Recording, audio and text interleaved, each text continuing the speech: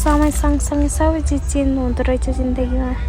जसरी आज यो आकाश चड्किरहेको छ, यो मेरो मन त्यसरी नै चड्किरहेको छ। बादल भरिएको मनमा मेरो मन पनि भरिएको छ। यो कालो बादल हेर्छु अनि मनमा सोच्छु, किन मेरो मन पनि यस्तै कालो भइदिएको छ?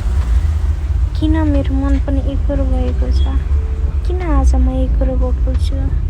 त्यो प्रश्न सोध्दै थिएँ। अचानक मेरो छोरी आई। उसलाई खुवाउन यति गाह्रो छ, उसलाई खुवाउन यति गाह्रो छ।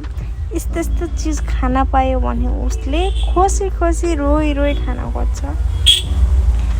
खाना खुवाउन लाउँदा यति गाह्रो छ उसलाई। अनि आज चाहिँ म के सोचिरहेको छु भन्दा के स्पेसल बनाऊँ भनेर सोचिरहेको थिएँ। मैले चाहिँ सुरुमा सुजीमा चाहिँ अलिकति दुध हालेर भिज्न दिएको थिएँ आधी घन्टा जति। त्यसपछि मैले घिउ बसालेर सुजी भिजाएको सुजी राखेर भुटेँ। सुरुमा मैले प्यानमा बनाउन लागिरहेको थिएँ। प्यानमा चाहिँ अलिक भएन जस्तो फिल भएर मैले चाहिँ कराईमा सारेर ट्रान्सफर गरेँ। त्यसपछि त वाउ, बुड्दा यस्तो दामी सुजीको पुवा बनाएको थिएँ मैले आज चाहिँ। अनि त्यो चाहिँ भान्जीलाई लैदिएँ। मेरो छोरी चाहिँ खाइसकेपछि चाहिँ भाँडा राख्नुपर्छ भन्ने थाहा पाइसकेकी चाहिँ उसले चाहिँ बल्ल बल्ल गरेर भए पनि माथि सरक्क फालिदिन्छन्।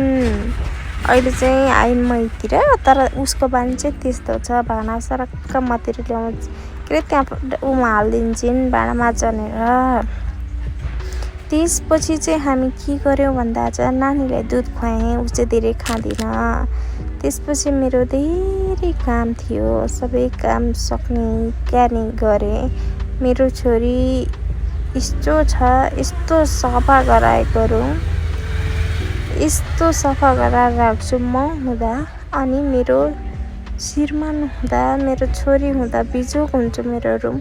आज चाहिँ तलबाट भान्जिआएकी थिइन्, दिदी बहिनी भएर खेलिरहेका थिएँ। मैले चाहिँ साँझलाई खाना बनाउन लागेँ। आज अचार तरकारी